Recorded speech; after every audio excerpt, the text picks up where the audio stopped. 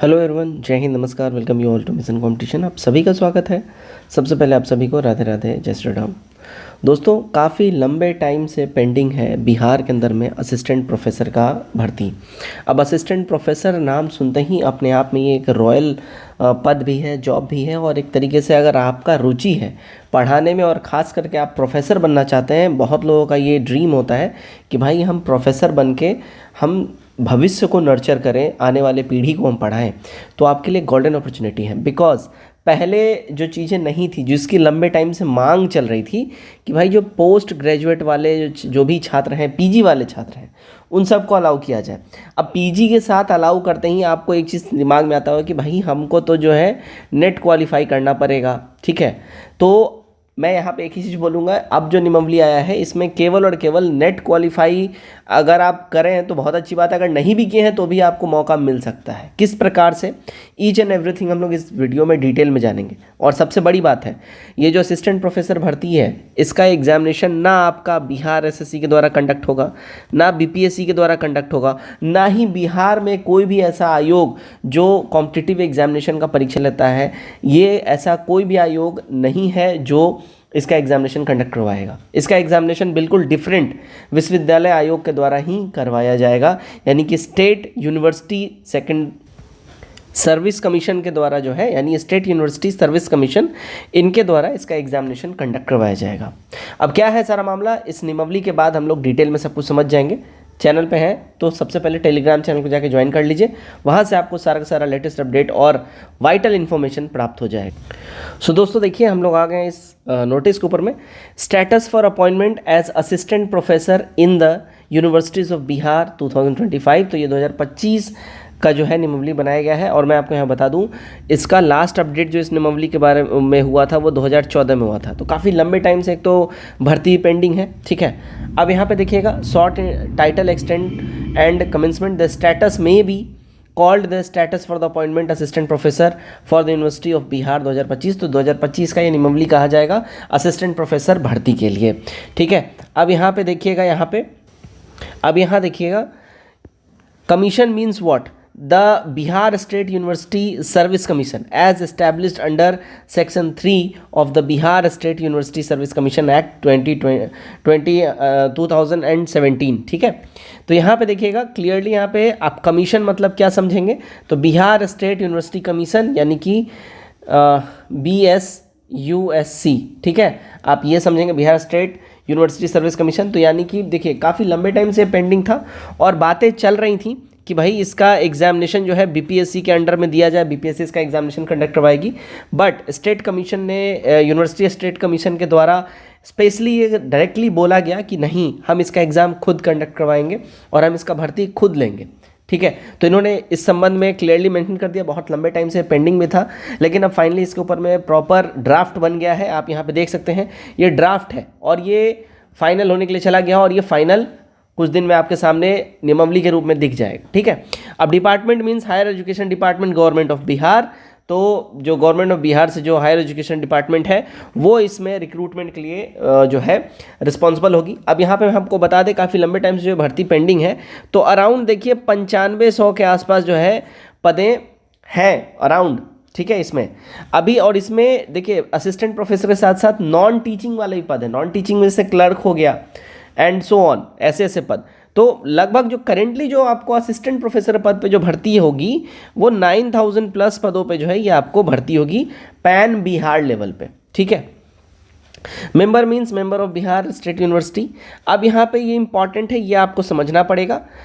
Islet या SET means state level eligibility test conducted by Bihar government on its behalf of this purpose. अब यहाँ समझिएगा, अगर आप यहाँ पे देखिएगा, अगर आप नेट एलिजिबल हैं यानी क्वालिफाइड हैं, यहाँ पे एनईटी नेट मतलब national eligibility test for assistant professorship के लिए ये होता है। ठीक है, लेकिन अगर आप ये नहीं भी हैं तो स्टेट गवर्नमेंट जो एग्ज़ाम कंडक्ट करवाती है ना, स्टेट एलिजिबिलिटी टेस्ट, जिसको हम लोग बोलते हैं बीईटी, बेट, है ना, बिहार एलिजिबिलिटी टेस्ट हम लोग इसको बोलते हैं।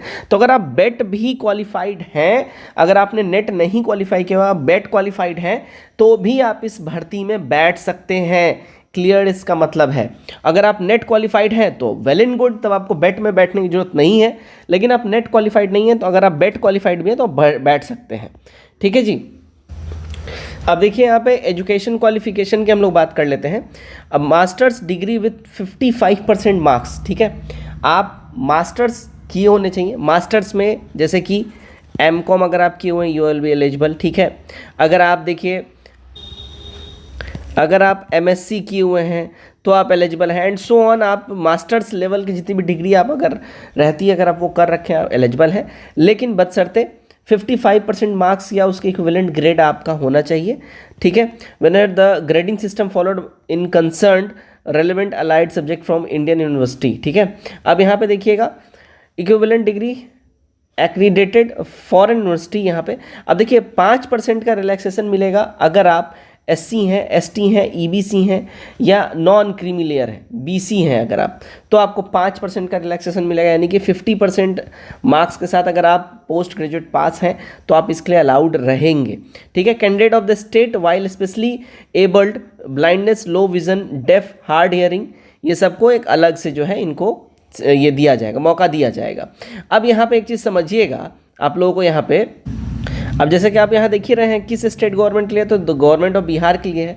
लेकिन यहाँ पे बिहार गवर्नमेंट का होते हुए भी अगर आप यहाँ पे जब आएंगे चैप्टर 3 में, तो यहाँ पे आप देखेंगे the appointment shall be made through an open all India advertisement, ठीक है। तो ऑल इंडिया एडवर्टीजमेंट के माध्यम से इसका अपॉइंटमेंट होगा, यानी कि इंडिया में आप कहीं से भी हैं तो आप इसके लिए अप्लाई कर सकते हैं। वैसे अगर आप अपने यूनिवर्सिटी कॉलेजेस में जाएंगे तो ज़्यादातर जो संख्याएं होती हैं प्रोफेसर, असिस्टेंट प्रोफेसर, इन लोगों की, वो बिहार के बाहर कहीं अधिकतर आपको दिखेंगे। लेकिन अभी यहाँ पे आपके पास गोल्डन अपॉर्चुनिटी है। अगर आप बिहार के निवासी हैं तो आपके लिए पास गोल्डन अपॉर्चुनिटी है असिस्टेंट प्रोफेसर बनने का, जो कि बिहार गवर्नमेंट आपको यहाँ पे दे रही है।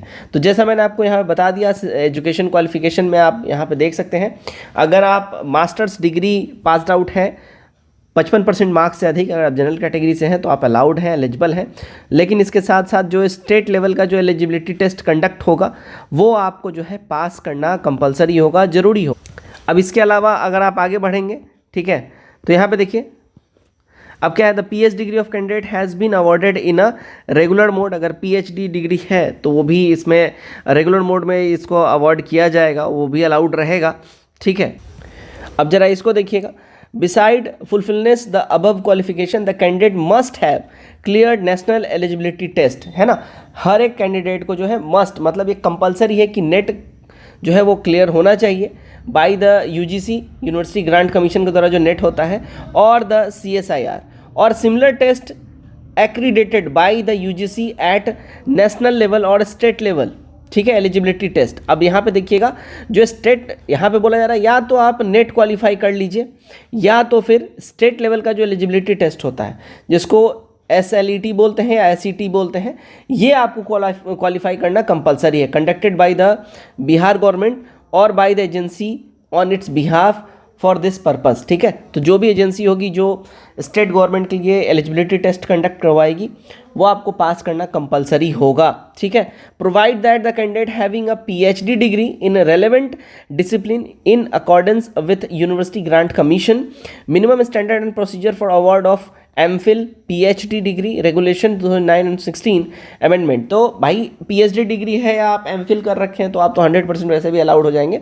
लेकिन यहाँ पे मैं बात कर रहा हूँ भाई पोस्ट ग्रेजुएट वालों के लिए, और यहाँ पे अगर आप नेट नहीं भी क्वालिफाई हैं तो भी आप बेट क्वालिफाई करके you will be eligible to fill this form. अब इसके लिए कौन कौन लोग एक्साइटेड हैं कमेंट करके ज़रूर बताइएगा, और इसका नोटिफिकेशन आते ही हम लोग दोबारा से आपके सामने फिर से हाजिर होंगे, और इस फॉर्म को डेफिनेटली भरिएगा। जो लोग भी इसके लिए इच्छुक हैं और जो लोग भी पोस्ट ग्रेजुएट हैं यानी मास्टर्स डिग्री जो लोग भी कर रखे हैं उनके लिए गोल्डन अपॉर्चुनिटी, डेफिनेटली ये फॉर्म आप लोग भरिएगा। जय हिंद।